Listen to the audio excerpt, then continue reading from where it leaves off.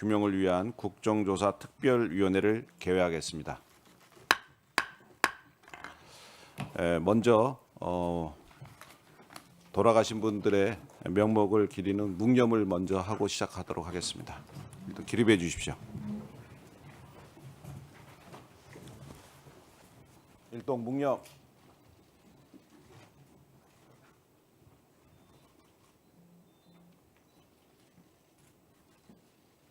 바로 착석해 주십시오.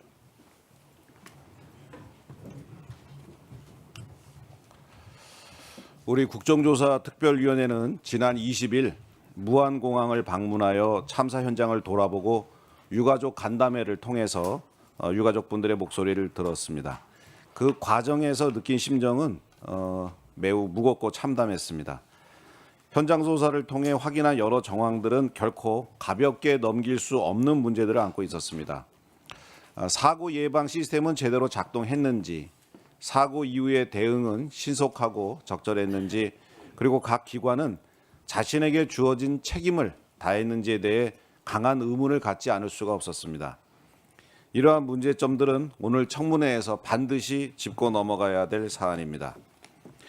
유가족 간담회에서는 말로 다 표현할 수 없는 아픔과 슬픔을 마주했습니다. 사랑하는 가족을 잃은 상실감뿐만 아니라 사고 이후의 대응 과정에서 느꼈던 유족들의 답답함과 좌절감이 고스란히 전해졌습니다. 유가족 여러분들께서는 지금도 왜 이런 일이 일어났는지, 그리고 책임 있는 설명을 듣고 싶다라고 말씀하고 계십니다. 국가는 그 질문에 반드시 답을 해야만 하는 의무가 있습니다. 위원 여러분께 당부드립니다. 현장에서 느끼셨던 문제의식과 유가족들의 절절한 목소리를 마음에 새기고 국민의 눈높이에서 오늘 철저하고 엄정하게 임해 주시길 부탁드리겠습니다.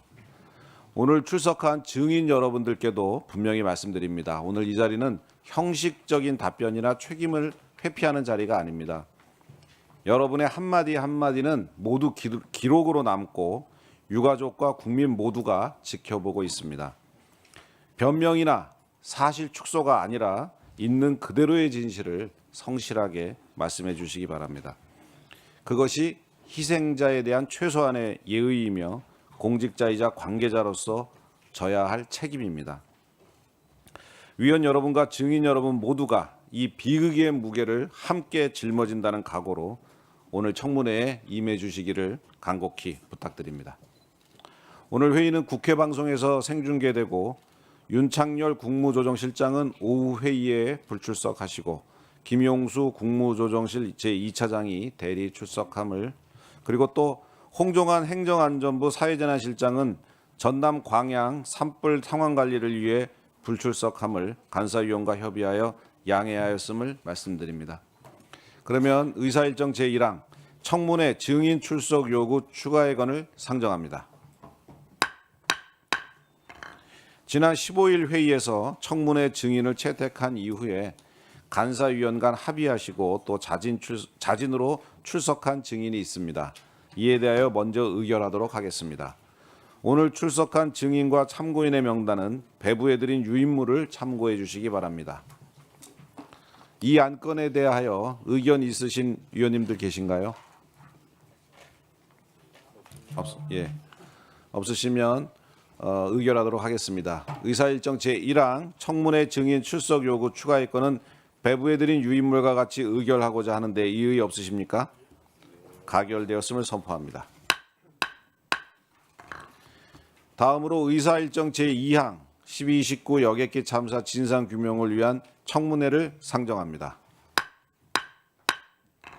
증인 선서를 받겠습니다. 선서의 취지와 처벌 규정 등에 대하여 말씀드리겠습니다. 선서를 받는 이유는 국회가 국정조사를 실시함에 있어 증인으로부터 양심에 따라 숨김과 보탬이 없이 사실 그대로 증언하겠다는 서약을 받기 위한 것입니다. 만약 증인이 정당한 이유 없이 선서를 거부하거나 허위 증언을 한 때 또는 증언을 함에 있어서 국회의 권위를 훼손한 때에는 국회에서의 증언 감정 등에 관한 법률의 관련 규정에 따라 고발될 수 있음을 알려드립니다. 선서는 증인을 대표하여 김윤덕 국토교통부 장관께서 발언대에 나와서 해주시고 다른 증인들께서는 그 자리에 일어서서 오른손을 들어주시기 바랍니다. 선서가 끝난 이후에는 국토교통부 장관이 증인을 대표하여 위원장에게 선서문을 제출해 주시기 바랍니다. 국토교통부 장관님 선서해 주시기 바랍니다.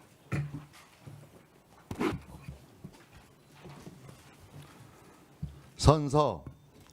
본인은 국회가 실시하는 129 여객기 참사 진상규명을 위한 국정조사와 관련하여 129 여객기 참사 진상규명을 위한 국정조사 특별위원회에서 증언을 함에 있어 국회에서의 증언 감정 등에 관한 법률 제7조 및 제8조에 의하여 양심에 따라 숨김과 보탬이 없이 사실 그대로 말하고 만일 진술이나 서면 답변에 거짓이 있으면 위중해벌을 받기로 맹서합니다.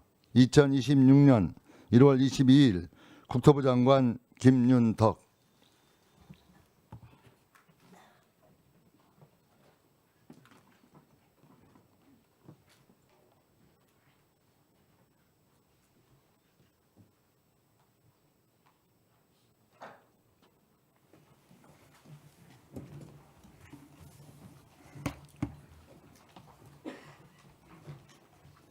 모두 자리에 앉아주시기 바랍니다. 바로 신문에 들어가도록 하겠습니다. 질의 시간은 간사위원 간 합의하신 대로 주질의 7분, 보충질의 5분, 추가질의 3분을 드리도록 하겠습니다. 현재 증인과 참고인이 방청석에도 앉아 있습니다. 위원님께서는 질의 전에 신문하실 증인이나 참고인을 지정해 주시면 발언 뒤에 의자에 대기하셨다가 바로 나올 수 있도록 준비하겠습니다. 그러면 정해진 순서에 따라 먼저 이현희 의원님. 자료 제출 관련해서 좀 요청할 게 있는데요. 현장을 가기 전에 이제 한국전산구조공학회의 그 충돌 용역 결과 보고서를 읽은 상태에서 현장에 직접 가봤는데 가보니까 이 용역 조사 보고서가 이게 문제가 매우 많다는 것을 좀 알게 됐어요. 특히 좀 더 심하게 말하면 뭔가를 덮으려고 하는 것 같은 것을 좀 인지를 하게 됐는데 이게 직접 현장 가서 둔덕의 상판 구조를 보니까 그래서 그 충돌해서 그 기체의 그 전면부 이 부분은 그러니까 그 기체 앞부분에서 사망하신 분들의 직접적 원인은 상판 충돌에 의해서 일어난 것인데 용역 결과서 보고서는 그 상판이 오히려 충격을 그 완화시킨 것처럼 이렇게 결론을 냈는데 그거는 정말 이해하기 어려운 용역 결과 보고서로 보여지거든요. 그래서 제가 한국전산구조공학회 그 홈페이지 들어가서 그 임원들이나 회장 이런 분들 쭉 봤더니 대부분 그 건축공학과 교수 출신들이더라고요. 그래서 이번에 그 한국전산구조공학회에서 그 용역 발주한 용역에 참여한 그 명단과 그분들의 주요한 경력 그리고 그분들이 최근 5년간 국토부에서 용역을 한 내역과 자문한 내역 이런 것들을 자료를 그 오전 회의가 끝나기 전까지 제출을 해 주실 것을 좀 요청드리겠습니다. 네, 장관님. 예, 지시하셔서 제출해 주시기 부탁드리겠습니다. 그 용역 관련 국토부에서 발행한 용역은 국토부에서 제출할 수 있을 것 같고요. 그다음에 사고조사위원회에서 한 그 내용에 대해서는 사조위에서 제출해야 될 것 같습니다. 사조위 관계자 누구 나와 계시죠? 네, 그 사조위 사무국장입니다. 관련된 자료 확인해서 제출하도록 하겠습니다. 네. 또 다른 분 계신가요? 네, 최혁진 의원님. 제출 요구를 제가 계속 하고 있는데 자료가 잘 안 오고 있습니다. 지금 자료도 이렇게 보내고 계세요. 동일 자료를 제가 이제 양쪽으로 받은 건데요. 지금 이 관련해 가지고 누가 이 업무를 구체적으로 지시하고 관리했는가를 알기 위해 자료 조출했는데 국토부에서는 이름을 다 빼고 보내셨어요. 지방항공청에 보내니까 저렇게 주무관이 누구였고 주무과장이 누구였고 결제 라인에 누가 있었는지 보냈는데 이렇게 보내지 않으셨으면 좋겠습니다. 다시 한번 제가 요구했는데 안 온 자료들 말씀드릴게요. 그 22년, 23년에 로컬라이저 개선 사업이 한 4군데 이상에서 동시다발적으로 진행이 됐습니다. 도대체 갑자기 이 위험하다라고 하는 걸 더 위험하게 만드는 개보수 공사를 이렇게 광범위하게 조직적으로 누가 계획을 세워서 입찰, 낙찰, 관리하고 심사위원하고 심사보고서의 관련 서류 전체에 대해서 제가 달라 그랬습니다. 이 내용을 오전 중으로 주시기 바랍니다. 이거 뭐 그냥 가서 뽑으면 다 나오는 자료인데 이 오래 갈 일 아닌 것 같습니다. 그리고 그 관련 공사 시행 입찰 및 낙찰업체 임직원 명단 중에 전직 국토부나 공항공사 임원이 있는지 이것도 전체 명부하고 같이 해서 표기해서 달라고 했습니다. 이 자료도 안 주고 계세요. 그리고 그 무한공항 로컬라이저 개보수 공사 관련해서 이제 시행 공문 일체 달라 그랬거든요. 어쨌든 제가 무한공항 가서 확인하니까 당시에 이 관련 내용에 대해서 공문을 주고받으면서 국토부와 긴밀하게 협의해서 진행을 했다라고 하는데 그럼 협의를 했으면 공문 주고받은 내역이 있을 거 아닙니까? 아니면 누구에게 보고를 했고 누구에게 결제를 받고 누구의 지시로 이걸 했는지 그리고 지금 그때 입찰에 참여해서 최종적으로 하게 됐던 설계, 감리, 시공업체 설계도 1개 업체가 다 한 것으로 돼 있는데 이 관련돼서 입찰 서류 전체 임원 명부 달라고 했는데 안 주고 계세요. 그다음에 유가족들에게 전달된 여객기 참사 변사 보고서 작성자 결제자 여기 보면 무한공항의 로컬라이저는 관련 규정에 맞게 설치되었습니다라고 이런 회계한 그 보도 자료를 12월 20 며칠이에요 이게 31일 날 배포했는데 여기 뒤에 보면은 뭐 그 관련 담당자 이름이 있긴 하지만 제가 이거를 작성하게 된 경위, 배경, 누구의 지시로 하게 됐는지 이렇게 허위 사실을 공무원들이 그냥 쓰지 않습니다. 잘 아시겠지만 절대로 윗선의 지시가 없이는 이런 거 안 내요. 그래서 그 관련 내용 달려고 했는데 아직 안 주고 계세요. 그 여객 참사 당시 관제탕 상활식 조직도 제가 달라 그랬습니다. 서로 핑퐁들을 하고 있어서 업무 편람, 업무 지시서, 업무 분담서 다 달라 그랬는데 지금 안 주고 계세요. 이게 뭐 그냥 복사해서 보내면 되는데 그다음에 그 둔덕 및 조류 영향 관련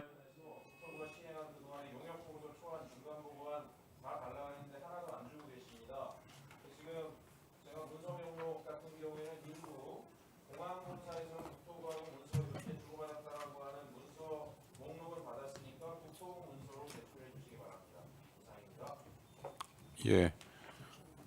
그 최혁진 의원님 요구 자료 제출 가능하시겠죠? 예. 네, 감사합니다. 다음 서천호 의원님. 우리 존경하는 최혁진 의원님 자료 요구 내용과 상당 부분이 이제 겹치는 부분인데 중복되지 않은 범위 내에서 자료 요구를 하겠습니다. 99년도 설립의 방위각 시설 로컬라이저 관련해서 99년도 설계 입찰 공고 및 과업 지시서 두 번째로는 2003년도 로컬라이저 관련해서 실시 설계서 및 보고서 또 변경된 과업 지시서 예산서 감리 보고서 이와 관련해서 서울지방항공청과 국토부 간 수발신 공문 일체 또 실시 설계사 시공사가 서울지방항공청에 보고한 문서 일체 또 주식회사 유신 무한공항 건설 감리단 금호산업 무한공항 건설 현장소 등과 국토부 또 서울지방항공청 간의 수발신 공문 일체 및 보고서 일체를 제출해 주시기 바랍니다. 예, 이것도 같이 부탁드리겠습니다. 네. 네, 김은혜 간사님. 자료 제출. 예, 자료 제출을 각각 국토부와 사주의 요청을 드립니다. 국토부는 2025년 1월부터 2026년 1월까지 금호건설과 맺은 용역사업 입찰 내역을 제출해 주시고요. 사조위는 2025년 1월부터 현재까지 사조위에 근무하고 있거나 근무했던 인원 전체 명단, 그 중에 항공철도 사고조사 법률 등 현행법이 규정하고 있는 의무 교육 프로그램 이수했는지와 관련해 준수 여부를 표기를 해서 오전 중에 제출해 주시기를 바랍니다. 네, 저는 이상입니다. 네. 다음 이다리 의원님. 네, 현장에 가니까 유류품 보존이나 갑자기 우리 유류품 치워서 유가족들이 굉장히 진노하고 분노한 상황이 생겼습니다. 사고가 발생한 둔덕 부근에 비행기 잔해와 유류품 등이 방치되어 있었는데 사고 이후 현 시점까지 비행기 잔해 및 유류품에 대한 관리 현황 주시고요. 이거는 항공철도사고조사위원회 일인가요? 25년 11월 국토부 유가족 지원단의 요청으로 국가수에서 방문했는데 왜 사진 못 찍고 검사도 못하게 했는지 관련 규정이 있다면 그 규정을 보내주시기 바랍니다. 그리고 26년 1월 20일 날 우리 국정조사 하기 전날 둔덕에 방치됐던 유류품을 정리한 유류품목과 왜 이것을 정리하게 됐는지 그리고 그 규정에 대해서도 내주시기 바랍니다. 그리고 또 현장에서 유족들이 가장 분노했던 부분이 현장성 없는 조류 퇴치자들의 활동이었는데 그날 조류 퇴치자들이 몇 시에 무엇을 했고 언제 어느 위치에서 어떤 일을 했는지 그 부분에 대해서 상세하게 시간대별로 밝혀달랐는데 아직 오지 않았습니다. 그리고 국토부에 2005년 설계도가 99년에 무한 공항 설계도에 없던 둔덕이 25년에 설계도에는 나타나는데 23년에 이 공사가 시작이 되거든요. 그럼 23년에 시작되는 이 설계도를 주셔야 되는데 감리 보고서는 있는데 설계도가 없습니다. 빨리 찾아서 주시기 바랍니다. 오전 중으로. 그리고 최초 사업 승인부터 완공될 때까지 사업비 변경 현황을 주시고 그 사업비 변경 사유를 전달해 주시기 바랍니다. 이상입니다. 예, 또 다른 의원님 계십니다. 정성구 의원님. 예, 저는 장관님 현장에 가서 보니까 제일 이해가 안 되는 것 중에 로컬라이저는 당연한 것인데 이 조류 퇴치 관련 있지 않습니까? 이게 도저히 이해가 안 돼가지고 오늘 꼭 한번 좀 묻고 싶어요. 그러니까 조류 퇴치를 하시는 분들이 계시는데 그날 한 명이 그 넓은 지역을 관할했다고 하는데 이게 이분들 조류 퇴치하러 역할을 맡으신 분들의 그런 어떤 자격이라 해야 되겠습니까? 어떤 사람들을 뽑아서 그분들이 전문적으로 조류 퇴치를 할 수 있는 능력이나 그런 경험을 갖고 있는 분들이 해야 되는데 어떤 분들이 뽑혔는지의 부분들이나 또는 이분들을 어떻게 훈련을 해서 어떻게 연수를 해서 훈련을 해서 이런 긴박한 상황, 조류가 갑자기 나타났을 때 긴박한 상황에 대응하는 데 대한 훈련이라든지 연수라든지 또는 체계적인 협력 방안이라든지 이런 데 대한 운영에 대한 어떤 계획이나 실적들 그리고 비행기가 운영되는 시간대가 있지 않습니까? 근데 그러면 비행기가 운영되는 시간이 많은 쪽에 조류 퇴치조가 더 많이 운영돼야 되겠죠. 그런데 실질적으로 별 필요 없는 시간대에도 똑같은 시간대를 나눠 가지고 운영하게 했다든지 이런 식으로 지금 제가 보기에는 엉망이에요, 엉망. 그래서 지금 이 자료는 어디서 줄 수 있나요? 제가 지금 말씀드린 이 조류 퇴치 방금 말씀하신 이분들의 자격이나 또는 연수 훈련 과정이나 운영 방 이런 데 대한 자료 어디서 받을 수 있습니까? 공항공사에서 받을 수 있다고 생각합니다. 예, 그러면 지금 공항공사 오신 분 어디 계세요? 예, 여기 있습니다. 그 부분에 대해서 조류 퇴치에 관련된 아까 말씀드린 부분 있죠? 네. 그 부분에 대한 자료를 오전적으로 제출해 줄 수 있겠습니까? 네, 알겠습니다. 예, 부탁드리겠습니다. 네네. 예, 우리 간사님. 네, 엄태영 간사님. 예, 여러 의원님들께서 저도 준비했던 자료들에 대해서 말씀하셔서 중복되는 것을 조금 더 정리해서 말씀드릴 필요가 있어서 요청드립니다. 저희가 그저께 투기위원들과 또 유가족과 함께 무안공항 현장을 전체를 다녀왔고요. 여기에는 종합상황실, 관제실, 주류 퇴치 현장, 둔턱 충돌 현장, 그리고 사고 잔해 보존 장소, 이런 참사의 핵심 장소들을 함께 돌아보았습니다. 그리고서 국정조사 특위위원과 그리고 유가족 대표들께서 현장에서 질문하는 질의가 이어졌지만 대부분 명확한 답을 그 현장에서 듣지 못했습니다. 그래서 그때 질의했던 내용과 그 현장을 돌아보면서 추가적으로 자료를 꼭 확보해야 될 내용들을 말씀드릴 테니까 오후 그 회의가 소개되기 전까지 자료들을 오늘 좀 전에 요청하신 의원님들과 함께 제가 요청하는 걸 같이 해서 드렸으면 좋겠다는 말씀 드립니다. 우선 그 기초적인 자료 정리가 안 돼 있습니다.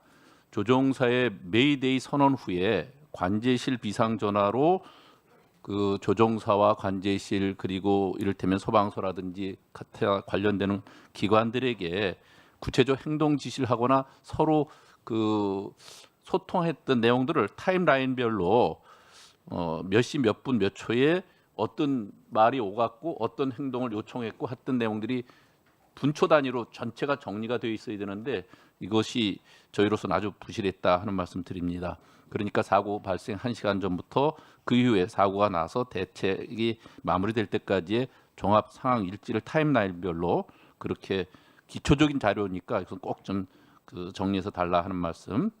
두 번째는 참사 당일 조류 퇴치 활동 근무자, 이것은 조류 활동에 참여하는 근무자들의 전체 명단과 그분들이 주요 이력 사항 그리고 그때 그분들이 어떤 임무를 수행했는지 그날을 포함해서 한 달 전부터 그 이후까지의 근무 상황 일지 이것을 꼭 좀 주시기 바랍니다.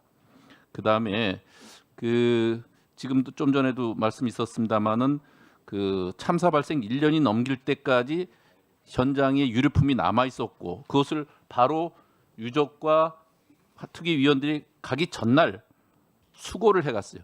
누가 수거 지시를 했는지, 그 수거 과정에 대한 유류품의 목록은 뭐였는지, 그걸 누가 지시했는지, 수거자는 또 누구였는지 이것을 정리해서 주시는데 이것은 항철이나 무안공항 측에서 꼭 하셔야 될 일 같습니다. 그리고 지금 항철이 조사단장님이 그날 그 사고가 나서 결국은 오늘 불출석하게 됐는데 조사단의 저희로서는 그 위원들, 조사 참여자들의 그 주요 이력이라든지 전문성에 대해서 굉장히 의구심을 갖게 됐어요. 그래서 조사단 전체의 명단이 누구고 조사단 위원을 얘기하는 게 아닙니다. 조사단이 직접 참여한 조사단에 그분들의 명단과 주요 이력 그리고 무엇을 활동했는지 이 서류 일체를 좀 주시기 바란다는 말씀드립니다. 그리고 유족들이 궁금해하는 것 중에 사고 기체를 조종했던 조종사 이분들의 그 교육과 훈련 일지, 또 해당 공항의 이착륙 경력상 이런 것을 오늘 그 항철이와 무안공항 측에서 꼭 좀 준비를 해서 오후 소개 전까지 서면으로 제출해 주시기 바란다는 말씀드립니다. 네. 항공실장님 다 잘 들으셨죠? 네, 장관님은 청문회 하시느라고 바쁘시니까 장관님 뭐 책임 주체이시긴 하지만 항공실장님 다 읽어보시고 제출하세요. 네, 너무 막 부실한 자료들 제출하지 마시고. 네. 자, 그러면 정해진 순서에 따라서 질의를 시작하도록 하겠습니다. 먼저 김문수 의원님 질의해 주시기 바랍니다. 네, 전남 순천갑 김문수 의원입니다. 오늘 또 우리 유족분들도 오셨고 어제 그제 또 현장을 둘러보고 왔습니다. 저도 그날 너무 놀랬던 것 중에 하나가 제가 처음에 얘기했듯이 사실 이제 조류 충돌을 첫 번째로 잘 막아냈더라면 이게 사고가 안 날 수 있는 최초의 원인이 조류 충돌이기 때문에 이 부분을 어떻게 관리하고 있나라는 것이 상당히 저도 관심사항이었습니다. 정말 너무 가서 놀랬던 게 일단 이제 근무자가 9시 이전 이 새벽 저녁 무렵에 조류가 많이 출몰하기 때문에 그때 근무자를 많이 배치해야 되는데 오히려 새벽에는 한 명밖에 안 돼 있고 또 낮 근무로 어떻게 보면 편한 시간에만 3명을 배치해 놓고부터가 우선 상당히 문제가 있었는데 거기에다 더 놀라운 거는 이분들이 도대체 이 조류 충돌을 막기 위해서 뭘 했나, 뭘 할 수 있나 봤더니 확성기로 뭐 했다, 서치라이트로 했다, 또 뭐 엽총으로 쫓았다. 정말 이런 너무 뭐랄까요? 이미 이제 비행기가 착륙 거의 했을 무렵에는 위험도가 조류에 의한 위험도는 제가 보기에는 거의 없어진다고 보는데 그 비행장 바로 그 땅 위에서만 그런 활동들을 하고 있고 전혀 효과가 없었지 않나 이런 생각이 듭니다. 그나마 제가 물어보니까 그러니까 그런 조류 충돌 관리 인원들 이 확성기라든가 뭐 엽총 서치라이트로 하는 거는 정말 그 지상에서 한 100m나 200m 정도 내에 있는 새들을 쫓고 몰아내는데 뭐 일정 정도 기여를 하겠죠. 그러나 그 이상 뭐 1km, 2km 올라가면 전혀 제가 보기에는 효과가 없는데 그것만 하고 있었다는 생각이 듭니다.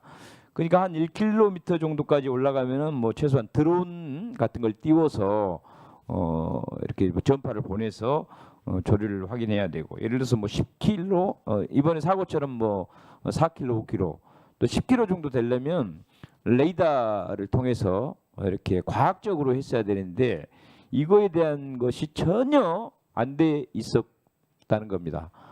국토부 장관님 그거에 대해서 어떻게 생각하시고 지금은 어떤 조치를 하고 있습니까? 예, 일단 기존의 조류 충돌을 예방하기 위한 그런 대책이 굉장히 부실했다고 하는 것은 분명한 사실이라고 보여지고요. 그 점에 대해서는 정말 책임을 피할 길이 없다 이런 생각을 하고 있습니다. 다만 이제 그 조류 충돌 예방 인력에 대해서 현재쯤 크게 확충을 했고요. 또 전파 탐지기를 통해서 뭔가 좀 과학적인 그런 시스템을 도입하도록 했고, 그 다음에 이제 뭐 초기의 교육훈련 과정, 또 정기적인 교육훈련 과정을 통해서 뭐 예를 들면 기본적인 걸 습득하기 위해서 40시간 이상 훈련하고, 그리고 3년마다 실시하는 20시간의 교육훈련을 하고 이런 좀 강화된 방침을 가지고 네. 운영하고 있습니다. 자, 제가 보기에는 이 과학 기술을 동원한 방법으로 조류 충돌을 예방해야 그나마 이게 실효성이 있지 다른 방법은 아닌 것 같아요. 그러니까 100m, 200m 공항으로부터 아주 가까운 거리에 있는 방식 또는 이제 한 1km 전후해서 거기에서는 이미 비행기가 방향을 전환할 수 없다면서요. 거기는 조류가 충돌해도 그 새를 쫓아내는 방법이라든가 부딪혀서도 이상이 없을 그런 조치를 해야 되고, 그 다음에 이제 10km 이상 20-30km로 올라가면 그때는 방향 전환도 가능하다고 합니다. 그러니까 그때는 레이더라든 거를 통해서 조류대가 발견되면 방향을 전환해서 그걸 피해서 갈 수 있게. 그러니까 이거를 이제 체계적으로 과학적으로 제대로 아직도 제가 보기에는 그것도 안 되고 있는 것 같아요. 아무튼 꼭 점검해 보시기 바랍니다. 네. 그리고 이번 사고는 이제 엔진 양쪽이 모두 고장 나면서 발생된 사고인데 허드슨 강의 기적과 같이 양쪽 엔진이 고장 났을 때의 훈련을 전혀 하지 않았다는 것이 정말 놀라운 일이었습니다. 이 보면은 엔진 두 개의 엔진 부작동 상태로 착륙한 훈련을 했느냐? 22년, 23년, 24년 단 한 번도 하지 않았다는 거예요. 예. 그리고 미국 연방교통안전위 NTSB 여기에도 보면은 적어도 상황에서 발생한 양쪽 엔진 실패 시나리오를 초기 및 정기 훈련에 포함시킬 것 이렇게 당연히 훈련이라고 하는 것이 확률은 높지 않더라도 이제 한쪽 엔진 고장 나는 거는 좀 흔히 발생되니까 그것만 한 것 같아요.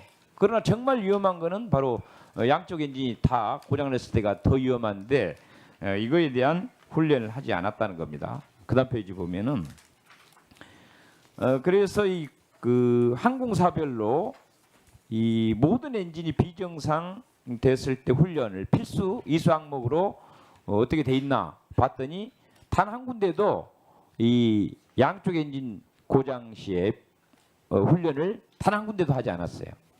이러니 뭐 당연히 이런 큰 문제가 발생되지 않았나 이런 생각이 들고, 이번 사고도 조종사의 경우에는 2019년에 한번 했던 기록이 있고 부조종사는 아예 이런 훈련을 하지 않았다, 이런 기록이 있습니다.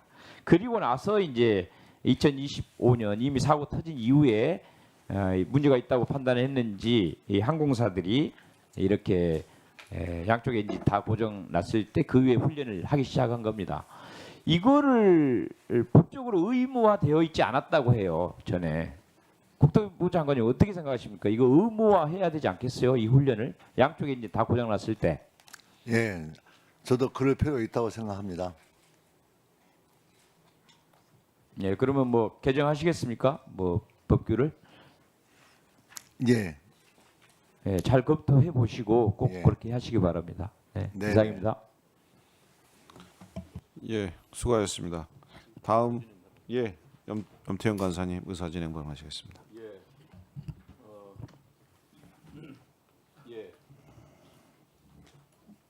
예.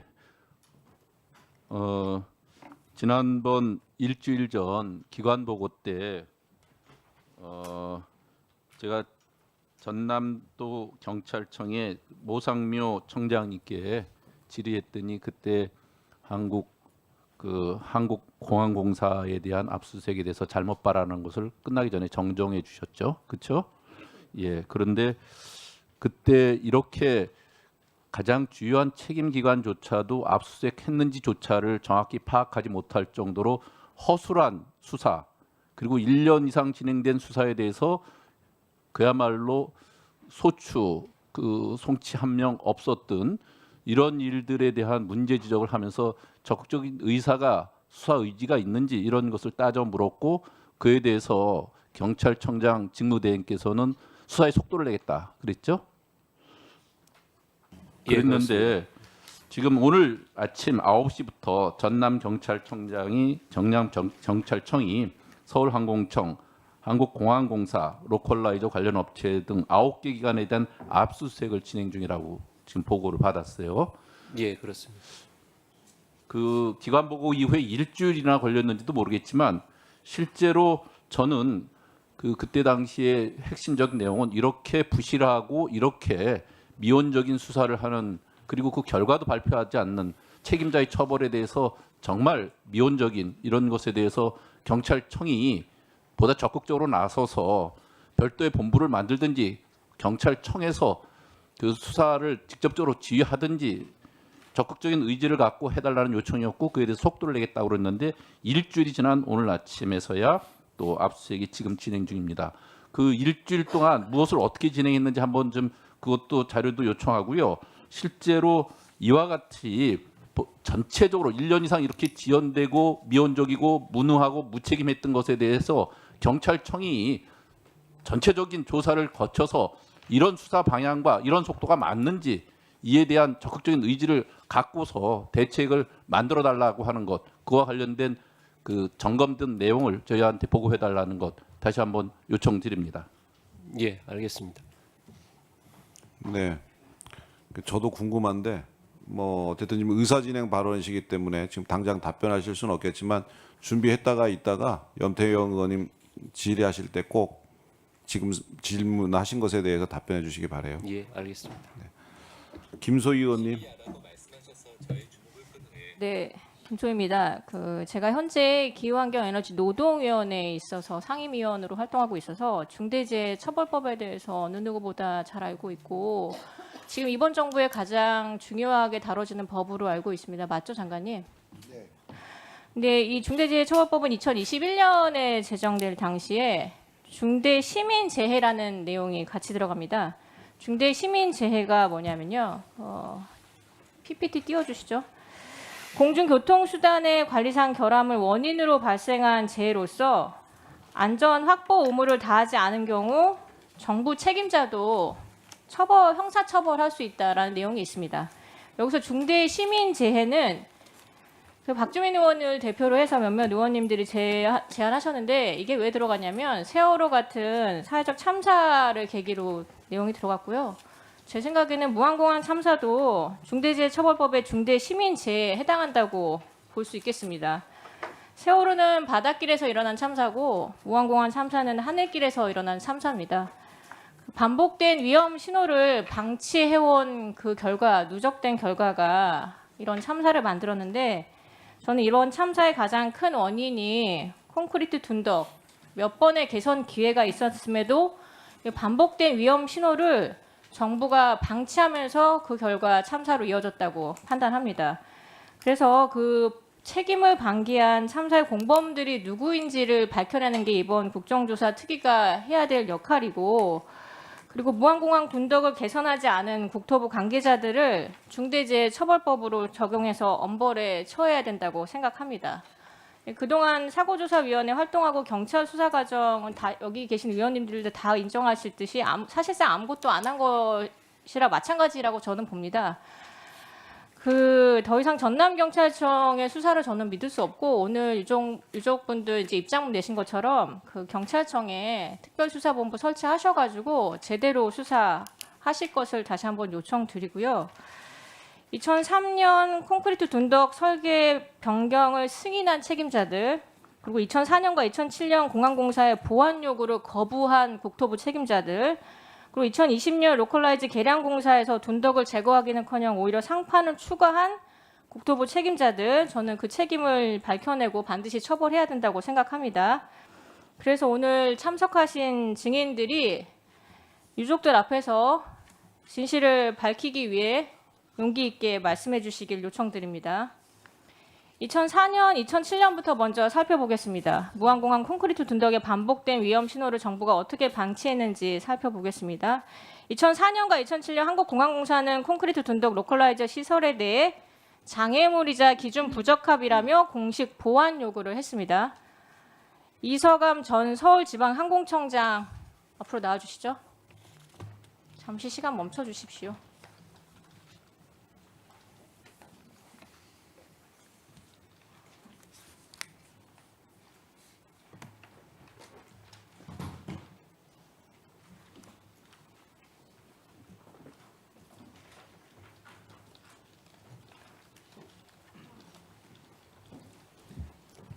네, 전 서울지방항공청장 이석암입니다. 네, 그 당시 2004년부터 2004년 1월부터 2005년 2월까지 근무하셨죠? 예, 그렇습니다. 네. 2004년 당시 공항공사는 로컬라이저 콘크리트 둔덕 시설에 대해 기준에 부적합하고 장애물로 간주된다면서 보완 요청을 했는데 당시 서울지방항공청장은 불수용 결정을 내립니다. 보완 요청을 거절한 이유가 뭐였죠? 자, 우선 잘 아시겠지만은 짧게 답해 주시겠습니까? 무한공항은 2000년도부터 기공식을 착공해가지고 공사를 추진했는데 초기 한 2, 3년 몇 년 동안은 토지 보상 문제로 공사가 상당히 지연된 걸로 알고 있습니다. 그런데 2004년도 제가 근무할 2004년도에는 공항 기본 시설인 그 활주로, 계류장, 이객터미널 같은 그런 공사가 본격적으로 시행될 당시여서 저희 청에서는 그 공사에 대한 그 공정률 같은 걸 파악하는 데 주안점을 두었습니다. 어쨌든 공항공사에 부적합 요청을 불수용을 내리십니다. 예, 그런데 지금 네. 이제 제가 사실 그 말씀드리기 물론 뭐 제 책임 회피라고 그러실지는 모르겠는데 그 당시에 저희들이 아침에 이제 출근하면은 청년실에 국장급 간부들이 모여가지고 티타임 겸 주요 현안상 논의를 아니, 합니다. 근데 보완 요청 그런데요. 거절한 거는 맞으시죠? 아니 그런데요. 네. 그 당시에 저희 그 간부들하고 아침에 티타임을 할 때 한 번도 로컬라이즈에 관한 문제가 제기된 제 기억에는 없습니다. 일단 내부적으로 검토된 제기된 의견이 없다. 예, 제 기억에 그렇습니다. 자, 2003년에 제정된 공항 안전 운영 기준 제 81조를 보여주시죠. 이거 2003년에 제정된 기준입니다. 여기에 보면은 로컬라이저는 부러지기 쉬워야 하고 낮게 설치해야 된다라고 했는데 그러면 여기에 따르면 콘크리트 둔덕이 해당 규정에 위반되고 그래서 공항공사는 요청을 합니다. 그러면 그 당시에 서울지방항공청장에 계셨던 모든 분들은 이 내용을 전혀 몰랐다고 판단하면 될까요? 예, 그렇게 하시면 됩니다. 네. 그러면 일단 보안 요청에 대해서 불수용 결정하신 거는 청장님 본인 결정이셨습니까? 아니면 뭐 당시 강동석 건설교통부 장관한테 보고를 좀 하신 다음에 하신 건가요? 그런데 제가요 사실은 책임 회피하려는 게 아니라 그 당시에 그 실무진은 일단 어떤 그 이제 공무원들의 그 업무 처리 스타일을 제가 말씀드릴게요. 일단 문서가 접수가 되면은 실무진들이 종합적으로 청장의 보고를 못 받으신 상태에서 답변을 가지고 오는 불수용한 경우가 건가요? 있고요. 아니면은 먼저 저 기관장에게 보고를 드리고 그 다음에 이제 그 문제 해결 방안을 찾는 경우가 있는데 어느 경우인지 모르지만은 저는 그 부분에 대해서는 제가 재직하는 1년 동안 한 번도 얘기를 들은 적이 없습니다. 이 보고 자체를 못 받으셨다는 거죠? 예, 그렇습니다. 그러면 결과적으로 그때 다 당시에 이 규정에 대해서 다 그냥 무관심했다 그렇게 보면 될까요? 무관심이라기보다는 몰랐죠. 그 앞서 말씀 주셨듯이 그 무한공항 개항이 계속 지연이 되고 있었어요. 그렇죠? 다른 예. 거 작업을 하고 계셨고 그래서 저는 충분히 이런 내용들을 못 볼 정도로 그냥 간과할 정도로 그냥 다른 일을 하셨을 것 같고 설사 보고를 하셨더라도 공항 개항이 더 우선이라서 이걸 다 무시하셨을 것 같은데 그러지는 않으셨나요?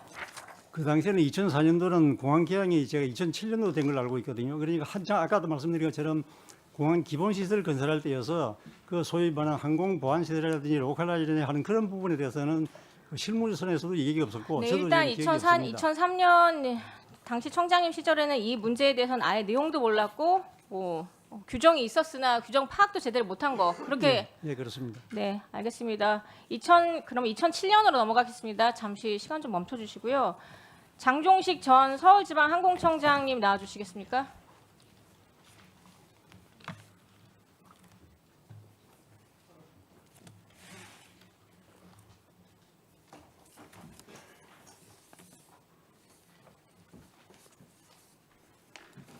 장종식 전 서울지방항공청장입니다.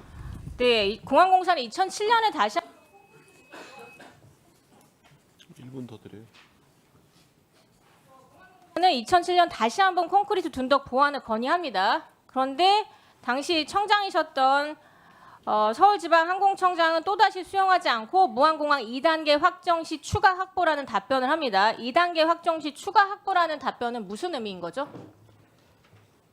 제가 알기로는 공항 시설이 건설이 되면 운영 전에 공항 운영 증명이라는 것을 합니다. 그것은 그 당시 이제 항공안전본부라고 하는 항공안전총괄적 책임이 그러니까 2단계 있었고, 확장 시 그때 개선하겠다는 글쎄, 그런 그건- 의미로 받아들이면 될까요? 그렇죠. 그거는 이제 항공안전본부에서 공항 운영 규정을 운영 인가를 할 그러면은 때 한 겁니다. 여기에 2단계 확장 시 추가 확보라는 그 내용은 청장님이 결정하신 건가요? 아니면 상부에 보고를 하고 나서 거기에 지시를 받아서 그건 결정하신 건가요? 저희 청에서 한 게 아니고 그 당시 상급 기관인 항공안전본부에서 공항 운영 증명을 심사하면서 현장 검증과 관계 조항을 어쨌든 다 본 상부의 상태에서 지시에 따른 네, 그런 거라고. 겁니다. 그렇습니다. 예. 예, 고생하셨습니다. 예, 다음 김상욱 의원님.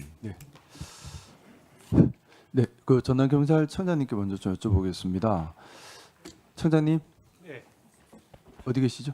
아, 예. 좀 그 입건은 많이 됐는데 한 명도 기소가 되지 않았잖아요, 아직까지. 아마 수사 관행상 뭐 전문 영역이다 판단해서 사조위 결과를 보고 하겠다 이렇게 해서 좀 딜레이 된 건가요?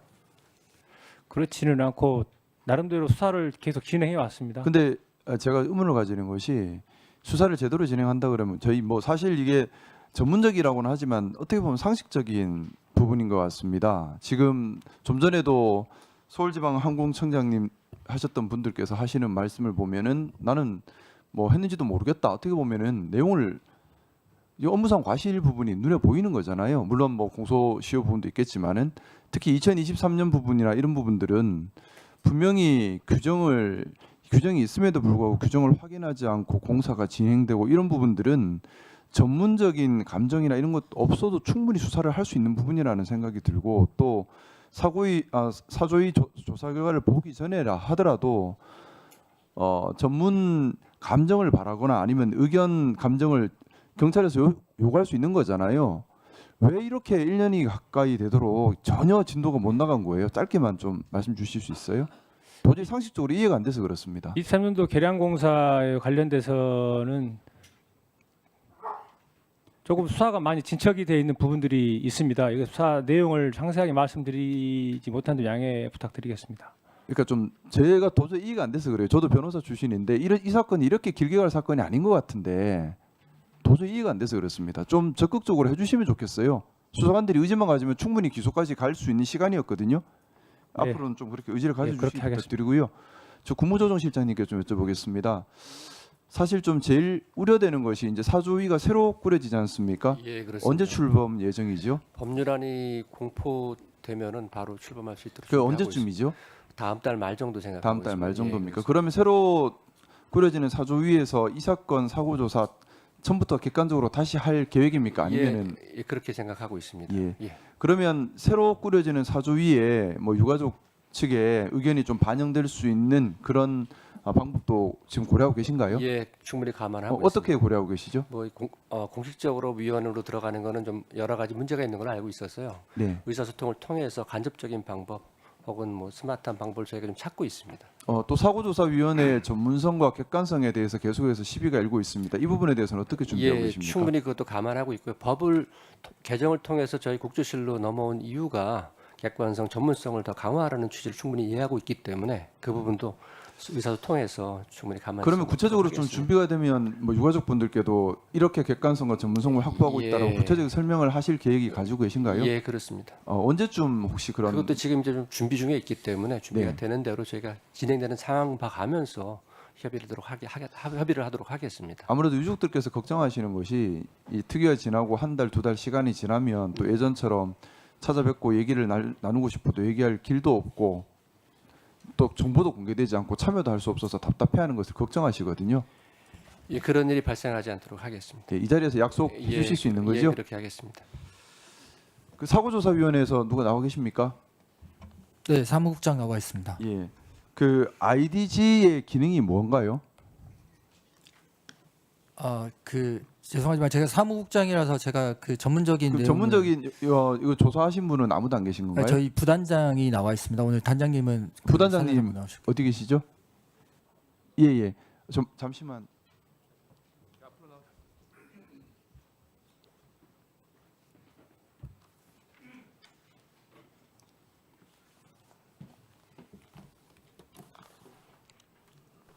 예, 항공사고조사관 허봉학입니다. 네.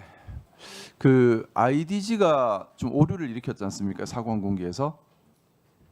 그렇죠? 예, IDG 분해 조사 결과 IDG가 분리된 것이 확인되었습니다. 예, IDG가 분리되면 그래서 ADIRU가 작동을 안 하나요? IDG에서 ADIR 쪽으로 전원을 공급하고 있는데 IDG가 분리게 되면 전원 공급이 중단됩니다. 근데 이 ADIRU가 배터리가 다 장착이 돼 있고 또 3개나 되잖아요. 네. 3개가 다 먹통이 됐고 배터리가 있어도 먹통이 됐는데 왜 그런 건가요? 예, IDG에서 교류 전원 115V 전원이 공급이 안 되면 ADIRU는 작동이 안 됩니다. 배터리가 있어도 작동이 안 되나요? 네. 3개 다 작동이 안 되게 되는 건가요? 예, 그렇게 그럼 그건 설계상의 오류로 볼 수 있지는 않나요? 그거는 추가 확인을 하겠습니다. 그러면 ADIRU가 작동을 제대로 하지 않으면 EEC에 문제가 생기죠? EEC는 엔진 자체 발전기로 전원을 공급하고 있습니다. EEC, ADIRU에서 대기 고도, 속도 이런 정보를 EEC에 전달하지 않습니까? 예, 일부 자료가 EEC로 가고 있습니다. 그러면 ADIRU가 작동을 안 하면 EEC에 문제가 생기는 건 당연한 거 아닌가요? 잠깐만요. 마이크 좀 가까이 대고 얘기하세요. 그 내용은 질문하신 내용은 추가 확인해서 아니 부단장님이시잖아요. 지금 추가 확인이 아니라 이 관련해서 조사해서 조사 발표까지 하셨지 않습니까? 근데 몰라요? 아니 조사 발표를 하셨었잖아요. 공청회도 열었었잖아요. 그럼 몰라요? 예, 공청회는 준비는 했었습니다. 지금 공청회 준비하실 때에 결국에는 이 조종사 과실로 몰아갈 때에 이런 부분들 다 조사하셨을 거잖아요. 근데 모르세요? 답을 못 하십니까? 일부는 조사된 거 있고 일부는 조사가 아니 자 진행 중에 있습니다. IDG가 분리됐죠. IDG가 분리됐다고 해서 ADIRU가 작동을 하지 않는다. 일단 여기서 배터리가 있고 또 3개나 있는데 다 작동하지 않는다면 설계상 오류가 있지 않나 없나를 확인하는 건 당연한 상식이지 않습니까? 예, 지금 그 추가 확인 중에 그리고 있습니다. ADIRU가 작동하지 않으면은 EEC의 대기 고도와 같은 정보가 제대로 전달이 안 되니까 EEC가 정상적으로 작동하지 않는다는 것도 당연한 상식이지 않나요? 그 부분 확인 안 하셨습니까? 현재 이의시 내부 결함은 없는 걸로 확인되었습니다. 아니 ADIRU가 작동을 안 하는데 그럼 대기 고도 정보 이런 것들이 안 들어가는데 이의시에 오류가 안 생긴단 말이에요? 그 부분 어떻게 확인하셨어요? 예, 그 부분 지금 추가 확인 중에 아니 있습니다. 어떻게 확인하셨냐고요? 문제가 없다고 하셨으니까. 문제가 없다고 말씀하셨잖아요 방금 전에. 어떻게 문제가 없는 걸 확인하셨냐고요? 예, 그 나중에 돌아가서 추가 서면 답변하겠습니다. 자 그러면 지금 TRA 값만 제시하셨잖아요. 좌우 엔진 학력 관련해서 TRA 값 지금 PPT 꺼져 있긴 한데 보면 80, 72 이런 소주점 없는 사람이 조종해서 나오는 수치 같지는 않거든요. 그러면 이의시가 기능을 하는데 오류가 발생했다고 볼 수도 있고 또는 기계적으로 자동 추력 장치가 개입했다라고 볼 수도 있을 것 같은데 이런 부분 조사가 됐나요? 예, 이의시 분해 조사에 특별한 결함은 없는 걸로 확인되었습니다. 아니 지금 자 우리 상식적으로 생각해 다시 여쭤볼게요.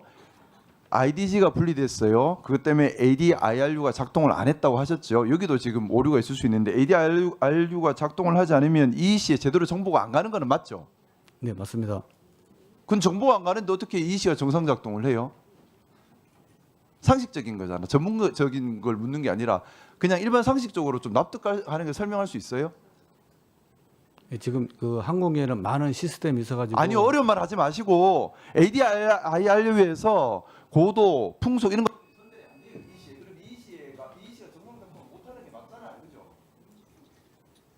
그 내용은 추가 확인해서 말씀드리겠습니다.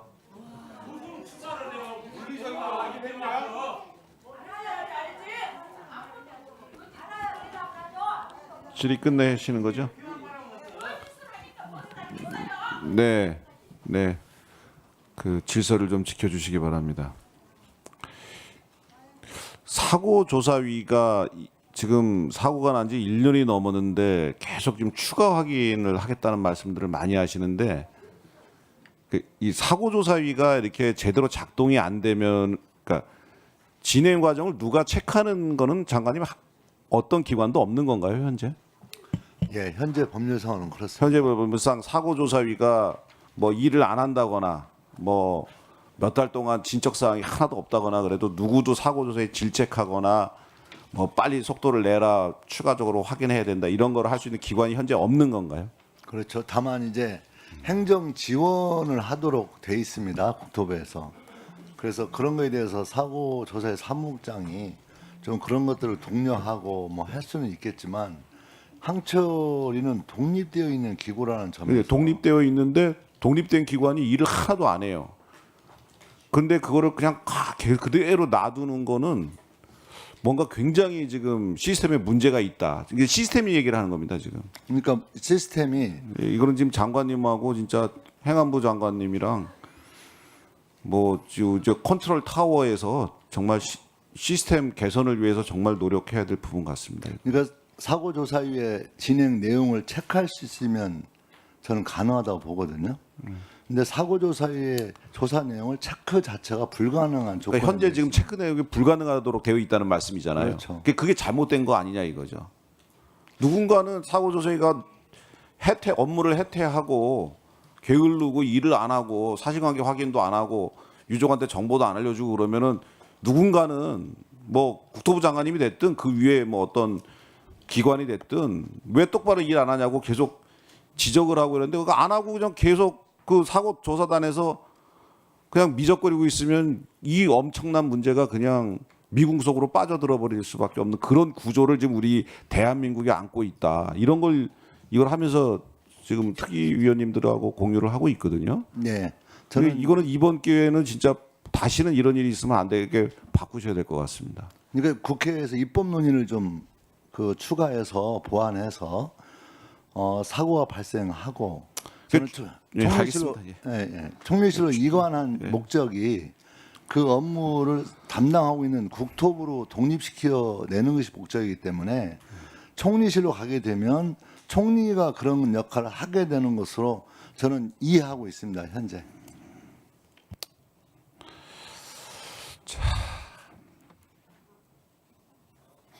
뭐 의원님들께서 앞으로 말씀해 주시겠죠. 알겠습니다. 다음 서천 의원님 질의해 주시기 바랍니다. 여러 자료라든지 우리 위원님들이 말씀하시는 또 내용, 용역 결과를 보면 이 참사의 직접적인 원인이 둔덕에 있다고 추정이 됩니다. 특히 2004년 참여정부 시절에 한국공항공사 무안공항 현장 조사 결과가 반영이 안 됐다는 부분, 2007년 똑같은 현상이 벌어집니다. 또 2008년부터 2024년까지 16년간 이 문제를 해당 부처에서 방치를 했다는 겁니다. 그리고 2020년 지난 문재인 정부 시절에 이 상판이 증축되는 데 대해서 어느 누구도 이 부분에 대해 체크를 하지 않았고 방치를 했다. 여기에서 이 사고로 인해서 많은 희생자가 양산이 됐던 직접적인 원인이라고 생각합니다. 전남청장이 나오셨어요? 전남청장 아니면 우리 경찰청장 전무대행님. 네네. 예. 이 수사 자료표 한번 띄워줄래요? 지금 시간 좀 예, 중단 좀 해주시고. 수사 자료. 예, 여기에 보시면 수사본부 편성표에 보면 방위각 관련해서 2개 팀이 지금 배정이 되어 있습니다. 그런데 주요 인물 안에 보면 사실 제가 앞서 언급했다시피 2004년 현장 조사를 했는데 규정에 부적합하다고 건의를 했는데도 건의를 했음에도 불구하고 묵살됐다. 이 부분이 수사 대상에서 빠져 있어요. 또 다시 하나 둘셋 네 번째 란에 보면 방위각 7명이 됐는데 2023년 사안만 들어 있습니다. 2023년 사안은 운행 사항이에요. 그러면 가장 상판이 콘크리트가 추가됐던 연도가 2020년도예요. 자, 이 얘기를 왜 하냐? 벌써 수사의 초점이 다른 데 가 있다는 겁니다. 가장 핵심적인 내용이 이 둔덕이 왜 설치가 됐고 누구에 의해서 왜 부러지기 쉬운 구조물을 해야 됨에도 불구하고 콘크리트가 설치됐으며 그 이후에 여러 가지 시정을 할 수 있는 계기가 있었는데도 불구하고 왜 방치를 했냐? 수사 초점 1위 가야 되는 거예요. 그런데 주요 인물안에 보면 그 부분이 대폭 빠져 있다는 얘기예요. 이 부분에 우리 청장님 보완하셔야 됩니다. 예, 저희가 그 로컬라이저 부분에 대해서는 그 처음부터 문제점을 인식을 하고 처음에 이 2007년 그러니까 이 부분은 청장님 이게 2004년, 2020년이 핵심이다는 얘기예요. 예, 그런 부분까지 주변 수사를 하겠다고 이렇게 기재가 돼서 제출하냐 이 말입니다. 그래서 그 부분은 보완을 할 수 있도록 하시기 바랍니다. 예, 지금도 지금 압수수색도 네네. 하고 그 동안도 했는데 아마 표현을 그렇게 한 것 같은데 네. 제가 더 살펴서 로컬라이저 부분에 대해서는 처음부터 이게 네, 됐습니다. 답변은 충분히 좀 수사가 될 수 있도록 해주시고. 예, 철저히 수사하겠습니다. 이승감 전 청장님, 좀 나와주실래요? 예, 시간 좀 중지 좀 시키시기 바랍니다.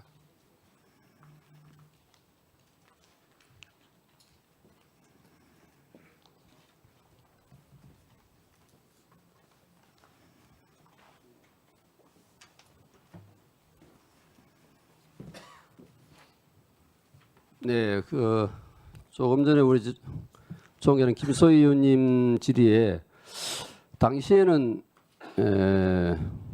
뭐 활주로 소위 말하는 둔덕에 대해서 몰랐다, 언급이 된 적이 없다라고 말씀하셨는데 그렇게 진술한 거 맞으시죠? 재임 중에 그렇죠? 제 기억이 그렇습니다. 예. LAZ가 무슨 뜻이죠? 잘 모르겠습니다. 자, 그러면 이게 띄워지는지 모르겠는데 2004년도 8월 달에 우리 이승감 청장님 재임 기간입니다. 예. 그때 서울 항공청 그다음 공항공사 합동으로 무안공항 현장 조사를 실시를 합니다. 자, 그 합동 조사 결과는 우리 청장님한테 보고를 하죠. 당연히 보고를 하잖아요. 국토부까지 보고를 하는 사안인데 청장님 당연히 보고를 하죠. 그 정도 중요한 사건 같으면은 당연히 보고를 하죠. 같으면 당연히 보고를 했을 걸로 보는데요. 아니 그러니까 보고를 제가 아니 지금으로부터 보- 기억이 없으면 없다고 하시고 아니 그러니까 22년 일반적인 전이라서 업무 프로세스상 보고를 받으시죠. 그 정도 되면. 기본적으로 그게 받아야 예, 그러시면 제가 다시 한번 묻겠습니다. 예, 기억이 안 현장 조사 결과서에 보면 활주로 말단 300m 지점 이내에 LAZ의 둔덕이 존재하여 기준에 부적합하다라고 현장 조사 결과가 나왔어요. 그러니까 이 부분을 당시 국토부에 건의를 합니다. 보안 건의 사항을. 그런데 국토부에서 묵살이 됐어요. 기억나세요? 기억나지 않습니다. 만약에 제가 그 서류를 보고 됐습니다. 묵살했다면은 네, 기억나지 않는다니까 압수수색 하셔서 네, 제가 문서를 보여주시면은 제가 그때 서류를 보시고 하면 기억하면 돼. 사실 보실래요? 예예. 알겠습니다. 우리 장종식 청장님, 자 시간을 좀 중단해 주시면 좋겠습니다.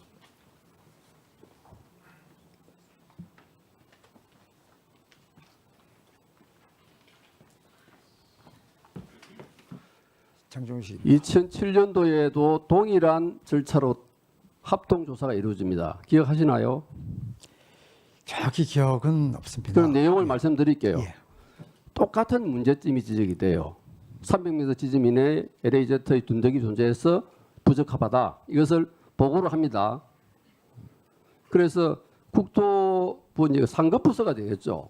항공안전본부에서 2차 활주로 연장시 개선하면 된다. 그 기억하시죠? 예, 그 안전본부에서 항공 운항 증명을 할 때 그렇게 한 걸로. 예. 그렇다면 결국 이 문제점을 적어도 한국항공공항공사에서는 국토부에 보고를 했다는 겁니다. 문구를 보면. 예. 그런데 공항공사에서 임의로 결정한 것이 아니라 상급부서에서 결정을 해서 이 수정 보완이 안 됐다는 거죠. 인정하시죠? 결과적으로 그렇게 됐습니다만, 결과적인 예, 저희는 항공안전본부에서 그 2단계로 하는 걸로 했기 때문에 예, 저희는 그렇게 한 걸로 알고 있습니다. 그러면 그때 그 당시에 예. 이 문제점을 상급부서에만 보고를 했습니까? 다시 논의한 적이 있나요? 제 기억으로는 저희가 논의한 사항은 없는 걸로 기억을 하고요. 다만 그 절차가 공항을 개항을 하려면 그 공항 운영 증명이라고 하는 인증 절차가 있습니다. 그것은 여러 전문가와 실무라인이 검토해서 그 인가를 하기 때문에 그 인가가 되지 않으면 개항을 할 수가 없습니다. 그런 그 인가 절차에 따라서 개항이 된 걸로 저는 알고 있습니다.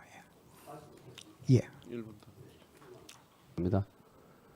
자, 공항 개항 절차에 따라서 그 기준에 맞는 시설이나 여러 가지 규칙에 맞는 말은 인적 프로세스를 다 갖춰야 되는데 합동 점검을 해보니까 이 300m 지점 이내에 LAZ 둔덕이 있기 때문에 이것은 불합리하고 규정에도 위반되니까 문제가 있다 해서 보고를 했는데도 불구하고 항공안전본부에서 2차 활주로 연장 시 개선하면 된다. 그런 회신을 받고 그게 개선이 안 됐다는 거 아닙니까? 그죠? 뭐 현상적으로는 그렇게 말씀할 수 있을 것 같습니다. 아니, 그 절차로는 그렇게 됐습니다. 앞에 뭐 다른 말씀 붙이지 말고요. 결과적으로 간단하게 말하면 그렇다는 거 아닙니까? 잘못된 규정 또 현장을 점검을 해보니까 문제가 있어서 보고를 했는데 상급부서에서 또 지업무 지휘감독부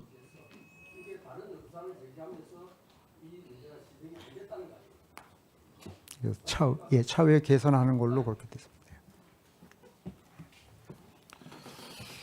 예, 정말 답변 듣고 있는데 정말 답답하네요.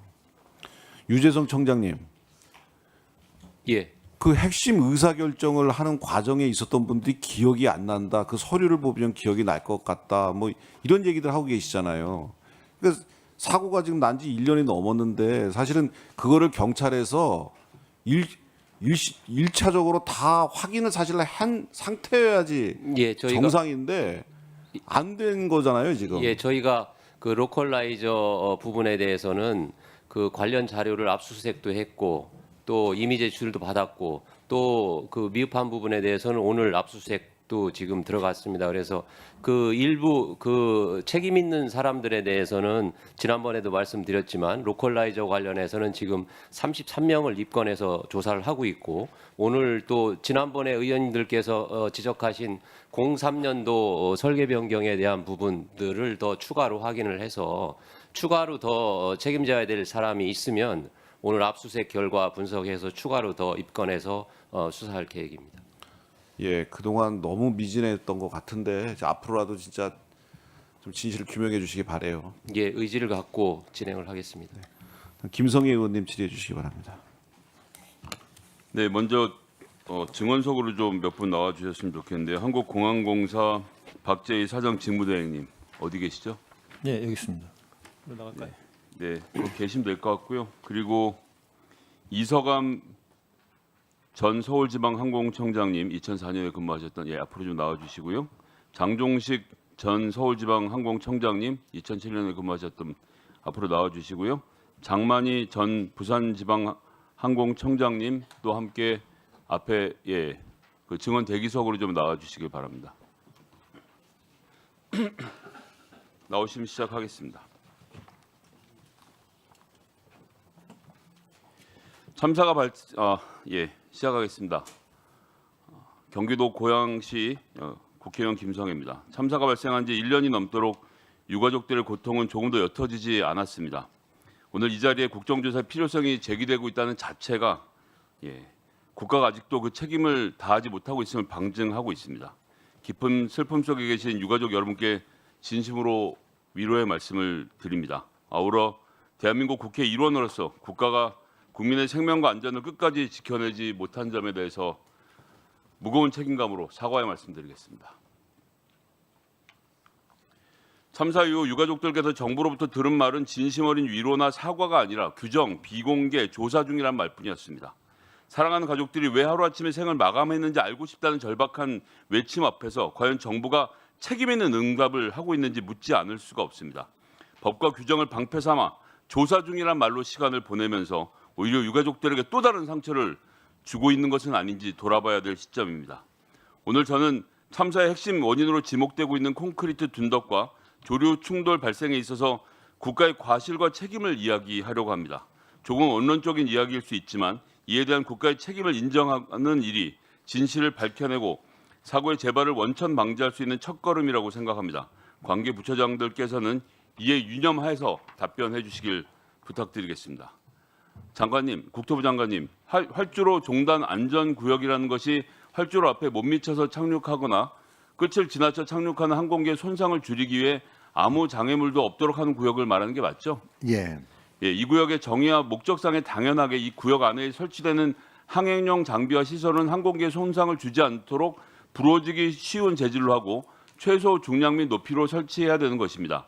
공항 비행장 시설 및 이착륙 설치 기준 제22조에도 같은 내용으로 되어 있죠. 예. 참사 당시 무안공항을 보면요.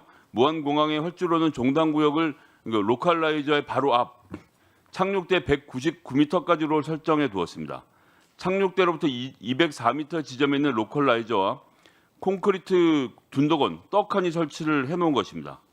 이에 대해서 지난해 12월 20일 되게 늦었습니다. 국토부에서 시정을 권고한 권익위도 그렇고 항공철도조사위도 현재까지의 조사 판단 결과도 모두 해당 로컬라이저 시설을 종단 안전구역에 포함시켰음에도 불구하고 제외한 채 부러지기 쉬운 재질이 아닌 콘크리트 구조물로 포함해서 설치한 것이 규정 위반이 명확하다고 하는데 국토부 장관님 이제 인정하시죠? 예. 사실 항공기가 착륙하는 활주로의 끝에 어딘가에 콘크리트 구조물을 세운다는 것은 상식적으로 말이 안 되는 얘기입니다.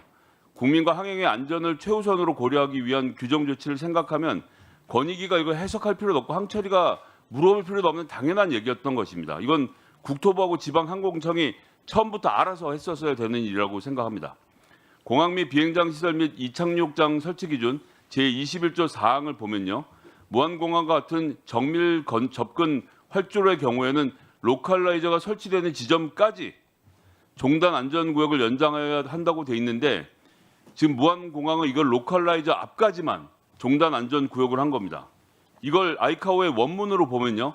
extend up to this facility. 여기서 facility는 로컬라이저를 얘기합니다. extend up to. 이거 무슨 고등학교 성문 종합 영어도 아니고요. up to는 뭡니까? 뭐뭐까지입니다. up to 100면 100까지입니다. 100 미만이 아니고 100 이하란 얘기입니다.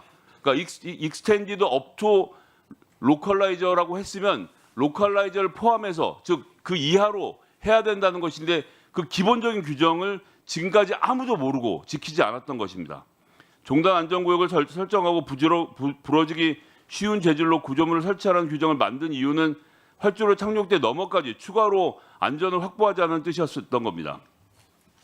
자, 그래서 이건 콘크리트 구조물이어서는 절대 안 된다는 것을 뭐 쉽게 알 수 있고요.